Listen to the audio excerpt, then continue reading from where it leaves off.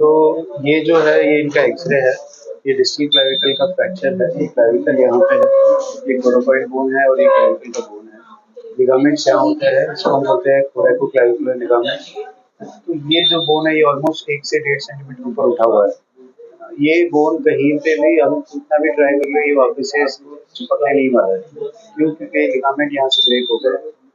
तो ये जो है हमने ऑपरेशन किया हुआ है। इस ऑपरेशन में हमने क्या किया है कि ये जो है यहाँ पे एक टनल बनाया हुआ है, यहाँ पे एक टनल बनाया हुआ है, यहाँ पे एक बटन लगा हुआ है और यहाँ पे एक बटन लगा हुआ है। इसमें फाइबर टेप है, फाइबर वायर्स है जो इसको बोन को पूरा नीचे दबा के रखे हुए हैं।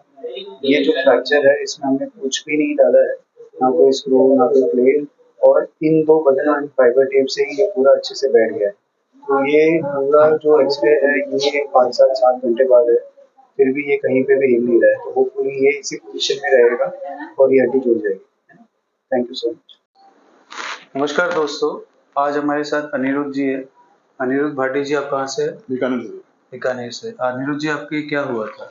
मैं स्टेट से गिर गया था। अच्छा।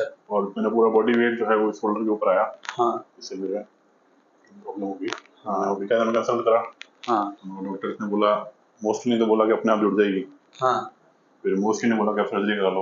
हाँ। फिर मैंने इंटरनेट पे आपका देखा। बेसिकली आपके इनका जो था डिस्टल क्लैविकल का फ्रैक्चर था। डिस्टल क्लैविकल के हमने बहुत सारे वीडियोस भी आपके पास डाले हुए हैं। तो ये जो बोन है वो ऑलमोस्ट 1 या 1.5 सेंटीमीटर ऊपर उठी हुई है ना? तो अगर आपका एक बोन इस साइड है और एक बोन इस साइड है ना? तो वो इतना गैप फिल करना मतलब मोस्टली इम्पॉसिबल है। आप सोच रहे हो कि इतना बड़ा गैप है तो वो ऑटोमेटिकली तो जुड़ नहीं सकता। और आपको याद होगा आप जब मेरे पास आए थे 10 दिन हो गए थे आपको इंजरी को। हाँ, ये इंजरी हुई थी 16 तारीख को रात। हाँ, तो आप 10 दिन बाद मेरे पास आए थे तो आपके इसमें एक डायनाप्लास्ट चिपका हुआ पड़ा हुआ था, है ना? और फिर हमने उसका एक्सरे कराया था। तो वो एक्सरे और जब आप गिरे थे वो एक्सरे ऑलमोस्ट सेम था, उसमें कोई डिफरेंस नहीं था, है ना? तो वो पट्टी या जो लगाने वाली थी आपको लग रहा था कि वो उसको जोड़ देती? नहीं जोड़ती, है ना? आइडियली तो क्या हुआ था कि उसका जो लिगामेंट था, सीसी लिगामेंट था, वो फटा हुआ था, इसकी वजह से वो ऊपर उठा हुआ था। तो फिर आपने अभी क्या करवाया? मैंने आपसे कंसल्ट करा, आपने बोला कि इसकी सर्जरी करेंगे अपन। तो आपने वही जो एज यूजुअल आप करते हैं किसी फ्रैक्चर में, वही आपने बटन वाली सर्जरी करी। बटन वाली सर्जरी की, बटन और फाइबर टेप डाला। काफी स्मूथ सर्जरी जो है वो हुई, मुझे पता नहीं चला। सर्जरी के नाम से जो मन में एक डर था वो निकल गया। बिल्कुल। तो आपका बेसिकली एक तो हाइट बहुत ज्यादा है ना? तो ऑलमोस्ट कितनी हाइट है आपकी? 6.3 है ना? तो मेरी ऑलमोस्ट 5'11" है, तो आप 6'3" हो। तो आपके जो मसल्स है और जो बोन्स है उसकी जो क्वालिटी है या जो उसकी स्ट्रेंथ है वो भी बहुत ज्यादा है। तो ये जो बोन्स और ये मसल्स है जब हम ऑपरेट करते हैं ये वापस से उसको ट्राई करते हैं कि खींच ले, है ना, जिस भी पोजीशन में है। तो आपके जो चीरा लगा है वो ऑलमोस्ट अराउंड 5 से 6 सेंटीमीटर का चीरा, इतना छोटा सा ही है। और आपने एक्सरे देखा था? हाँ। एक्सरे में हमने क्या किया हुआ है, उसमें क्या लगी है? 2 बटन्स लगे हुए हैं, बीच में फाइबर स्ट्रैप। तो कोई बहुत बड़ा प्लेट या हुक प्लेट या ऐसा कुछ लगा हुआ है? नहीं। तो फ्रैक्चर एकदम पोजीशन में है, बिल्कुल पोजीशन में है। तो शाम को एक्सरे हुआ था उसमें फ्रैक्चर एकदम पोजीशन में एकदम बढ़िया है, पोजीशन में है, कोई स्क्रू नहीं लगा है, खाली 1-2 बटन लगे हुए हैं, उसी में सारा प्लेट पोजीशन में बैठ गया है। और वो एक्सरे भी आपका 5-6 घंटे बाद हुआ था ऑपरेशन के? ऑपरेशन हुआ था मेरा अराउंड 10:30 मेरा ये जो एक्सरे हुआ था शाम को 7 बजे करीब हुआ। तो 6-7 घंटे आपके वो दोनों बटन है। ऐसा नहीं है कि हमने उसको बांध के ऐसे करके निकाल लिया, ऐसा नहीं। आप फ्री इसी में थे और हमने उसका एक्सरे कराया था और एक्सरे एकदम परफेक्ट पोजीशन में ही था। तो ऑपरेशन कल ही हुआ था, आज कैसा है? कल तो डेफिनेटली पेन था क्योंकि ऑपरेशन में कटिंग होती है, हम बोन्स में भी ड्रिल करते हैं, सब कुछ करते हैं।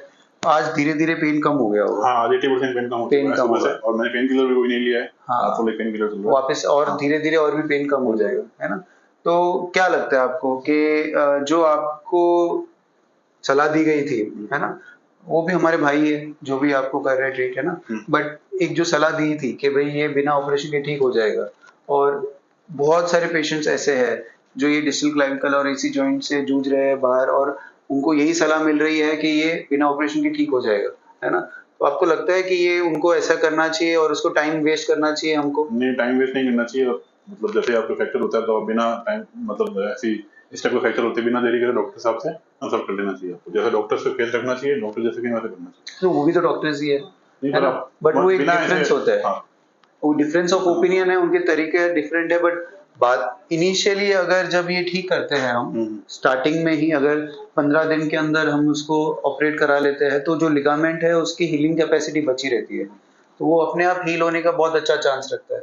बट अगर हम इसको लेट करेंगे 1 महीने बाद, 1.5 महीने बाद, यही आप 1-1.5 महीने बाद लाओगे तो जो लिगामेंट से उसकी खून सप्लाई खत्म हो जाएगी, तो वो लिगामेंट के लिए हमको वापस से एक और लिगामेंट रिकंस्ट्रक्ट करना पड़ेगा, तो उसके पैर से या कहीं और से एक और लिगामेंट लगाना पड़ेगा। तो आपका काम भी बढ़ जाएगा, हमारा भी काम बढ़ जाएगा और वापस से आपके एक और कहीं और चीरा भी लगेगा और कॉम्प्लिकेशन भी थोड़ा सा हाई रहने के चांसेस है। तो अर्लियर ट्रीटमेंट कराएंगे तो आपके लिए भी बढ़िया है, हमारे लिए भी बढ़िया है, तो उसका जो चांसेस ऑफ रिकवरी है उसकी भी बहुत अच्छी चांसेस है। ओल्ड भी हम तो 2-2 साल 3-3 साल पुराने भी फ्रैक्चर्स होते हैं उसको भी हम ठीक करते हैं, बट पॉइंट है कि हम इतना रुके क्यों, हम इतने परेशान क्यों हो, है ना, जरूरत नहीं है, है ना। सो अनिरुद्ध जी, थैंक यू सो मच।